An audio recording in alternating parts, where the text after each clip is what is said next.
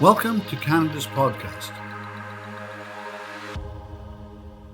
Hello, this is Robert Smigel coming to you today with Canada's podcast, where we talk to the entrepreneurs who are making it happen here in British Columbia.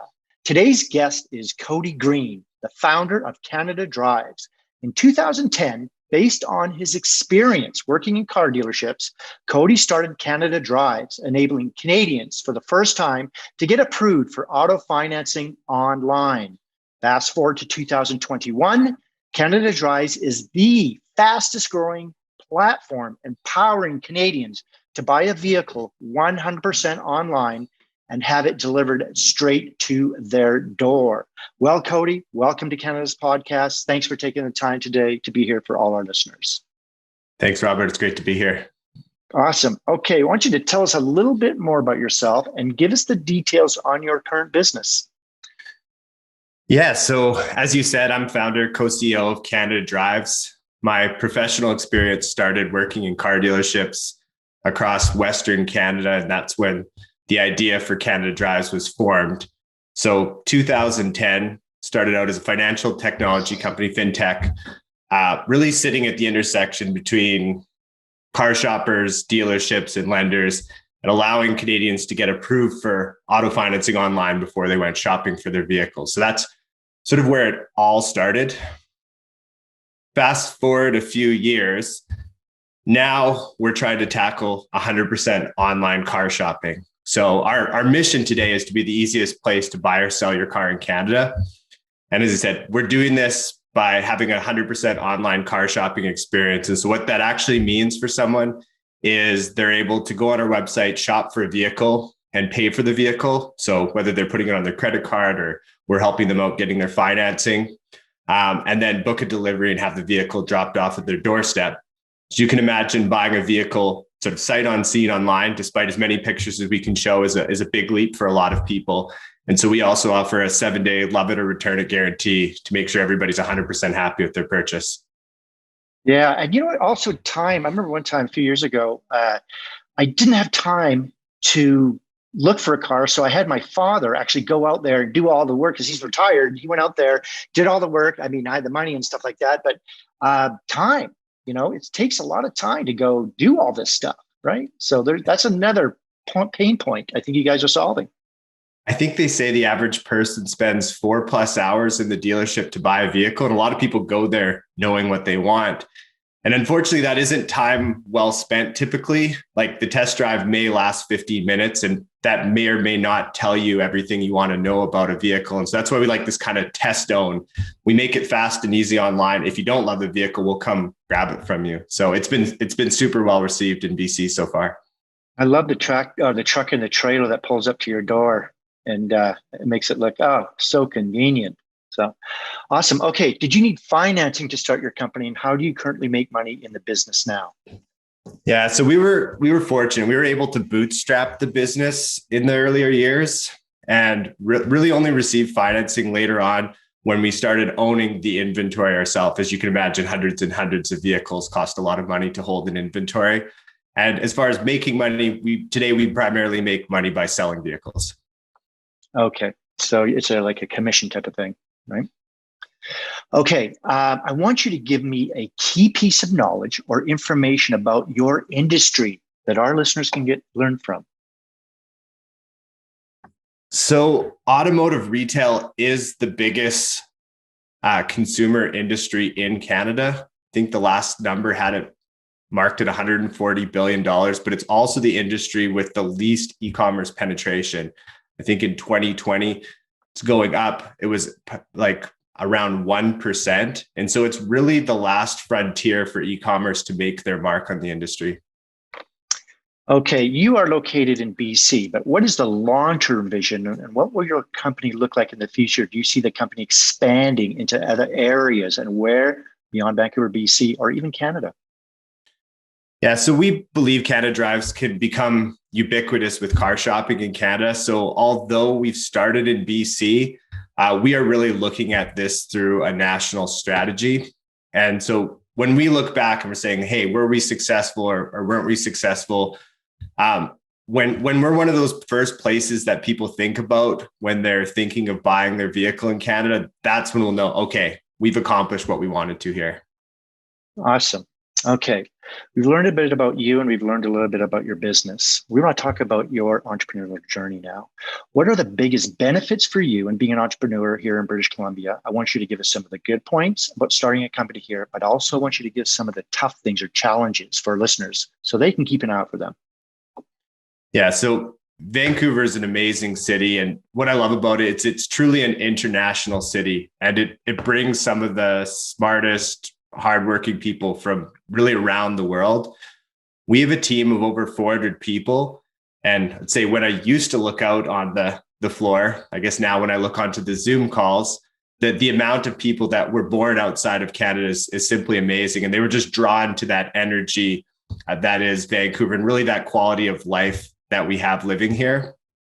As far as the bad things, I think we all know it's not the cheapest place to live. So whether that's buying a house or whether that's renting, I think that is one strike against that.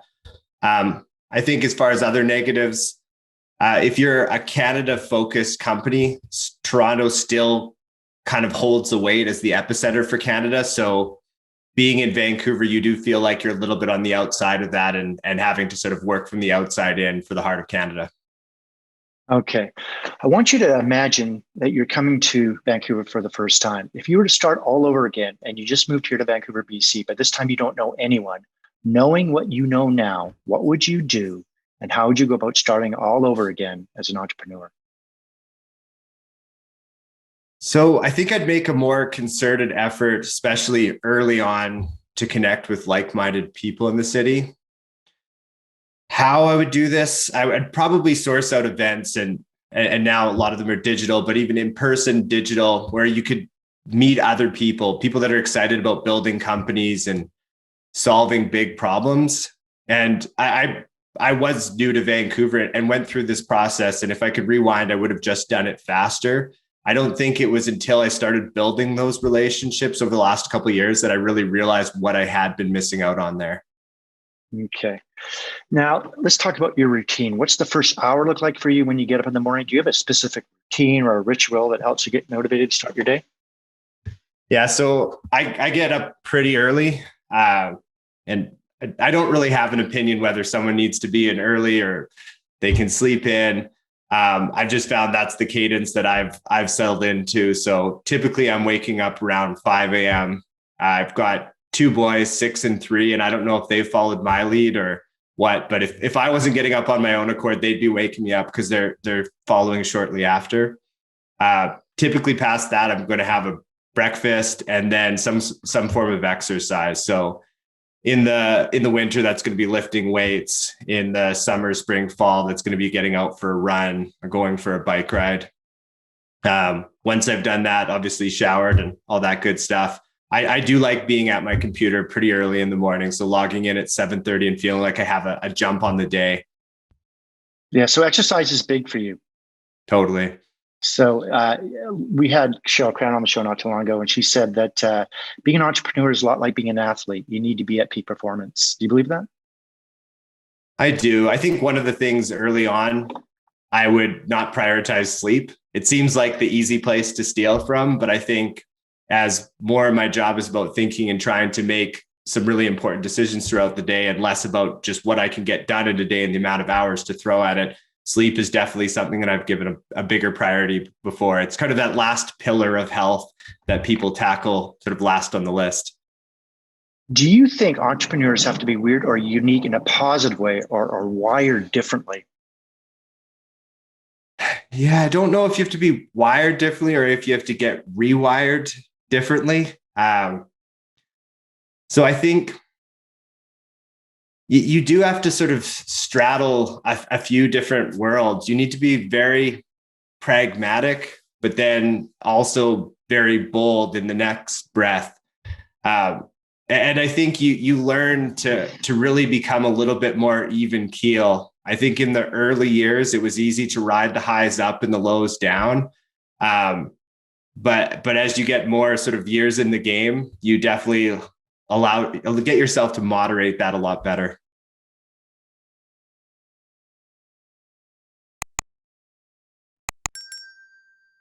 Okay, how do you educate yourself? Any books that you're reading, audio, podcasts, and can you recommend any books for our listeners who are also aspiring entrepreneurs?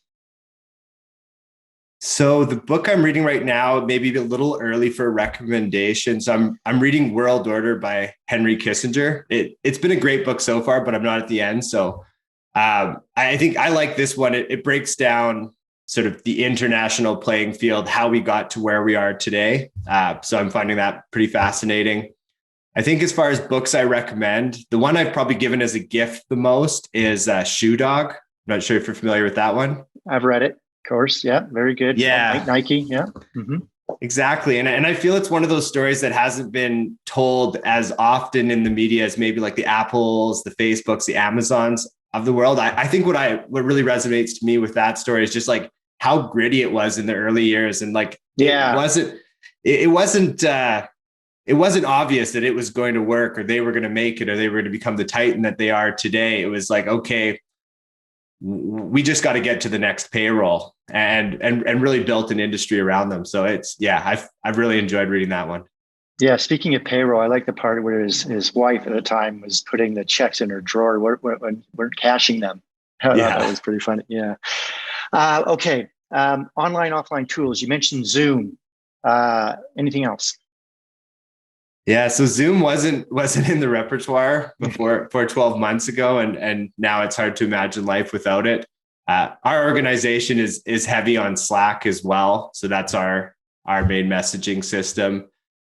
As far as tools outside of the business, as you were kind of alluding to, like a bit of a fitness and health junkie. So I have sort of my favorite tools. Like I'll use MyFitnessPal as an example for nutrition. I'll have the smartwatch for running, tracking my kilometers. And then I actually just got one of those rings for tracking my sleep, which has been interesting. Awesome. Okay, let's talk about how you balance work and how you balance your life. How do you relax and not think about work? And what are your favorite activities to do in BC? BC is known for skiing, biking, kayaking, golfing, hiking, or simply going for a drive. Any of those you're into? Yeah. So I said, I like getting out and going for a run. I like going for a bike ride. In the winter, I like getting up, going snowboarding. We've got so many great mountains here. And just generally being outside, a bit fair weather to be honest, but like getting outside with my wife and my two boys and just going on some kind of adventure and enjoying what we have in BC. If you weren't doing what you do now for a profession, what would you like to do? So many years ago, I was a professional musician. Awesome. So that's still, I played bass guitar. Okay. Yeah. And so played a few different styles. I was living in Alberta at the time. So country was where you'd get the work.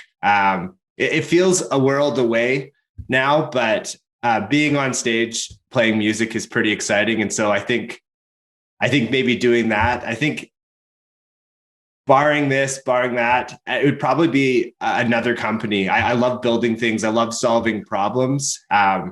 So I think I would end up back somewhere similar to where I am today. What kind of a job would you not like to do? Couldn't do it? Man. So I have a couple friends who are pilots, and I thought being a pilot would be a really cool job. Maybe like, I'm going to get a private pilot's license and rent a plane and go for a flight. But being in there with them training, it's very like methodical and processes and watching and monitoring. And really the excitement comes when things are going wrong. And so I feel like your cortisones would be like spiking. I feel like that's probably a bad job for me, or at least one I wouldn't enjoy. In business, what is your favorite word, quote, or sentence that you like to use? I think there's two that I will say to people. And I think one kind of goes back to what I was saying before about being even keel. Things are never as good or as bad as they seem. I think it just like, no matter the high, no matter the low, it's probably somewhere more in the middle than you think. And then maybe this saying's a little bit more when things aren't going as smooth. I like the saying, a smooth sea never made a good sailor. Right. What is your least favorite word or sentence you do not like to hear? Maybe I don't mind hearing it because it just prompts me to ignore it. But I don't like being told I can't do something. To me, that's an immediate, well, okay, I've never wanted to do something more. So it drives you even more if someone says that can't be done, then, oh, well, I will find a Exactly. way. It's like, all right, okay, here we go. Okay. If you had to pick one or two words to describe yourself, what would it be and why? I would like to think I'm very accountable. I would also, and I hope my peers would describe it. I'm also very determined. I think those two would probably fit me. Yeah, those seems to be two common traits in entrepreneurs. That's for sure. Anything keeping you up at night? Besides my two boys, I think like we have an amazing team at Canada Drives.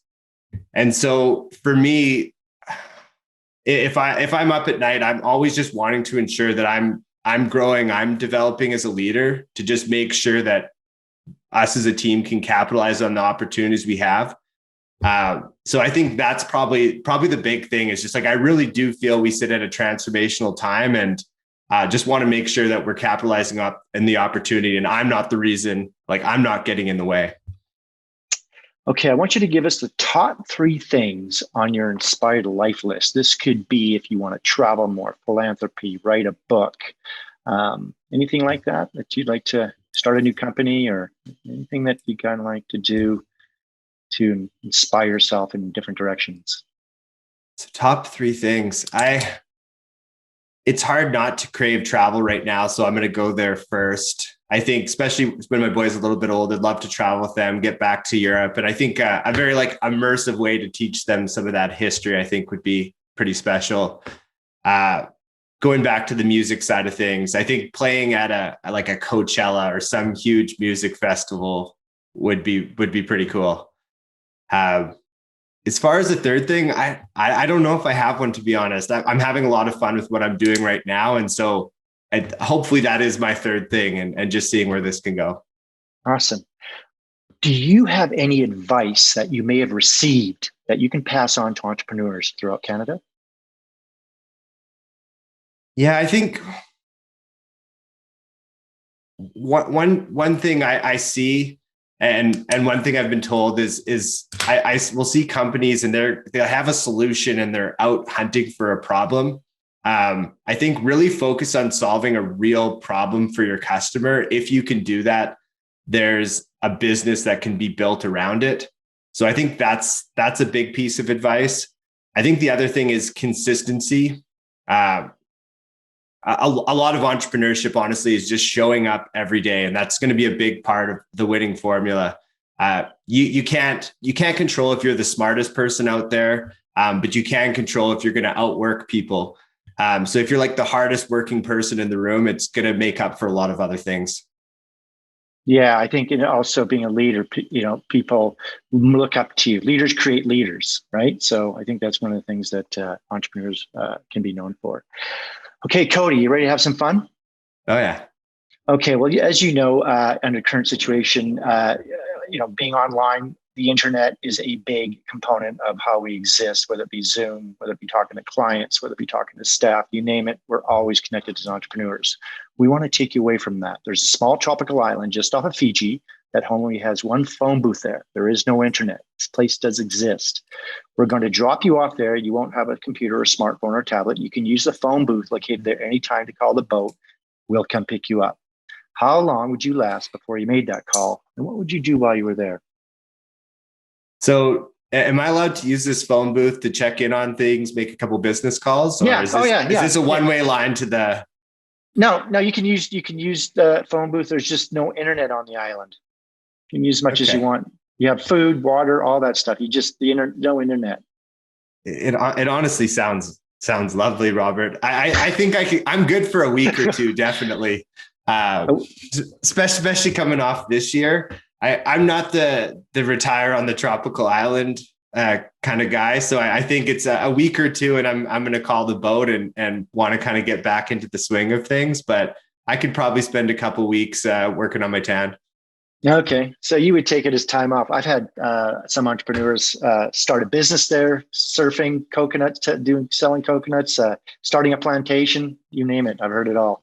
Oh yeah, I'm turning the coconuts into NFTs and a crypto on the island. That's happening, of course. But yeah, okay. On the side, I'm also going to get nice and warm there too. Okay, awesome. We're going to wrap things up. How can our listeners get hold of you? And is there anything you'd like to add before you leave us today? So getting a hold of me, I think best place, if you go to canadadrives.ca, you're going to find my email there, my LinkedIn there, and those are great ways to track me down. To add for listeners today, I think being an entrepreneur in Canada and specifically Vancouver, we're very fortunate that the environment we live in there. So just making the most of that opportunity and never being afraid to ask for help, or don't worry about that risk about asking silly questions to myself or others. I think just life's too short. So move forward. If there's something on your mind, go ahead, throw it on the table. We'll discuss it. Awesome. Yeah. Okay. Thanks for coming on the show. I've learned a lot about you, and I'm sure our listeners have as well. All right. Thanks, Robert. Great. We'll see you next time.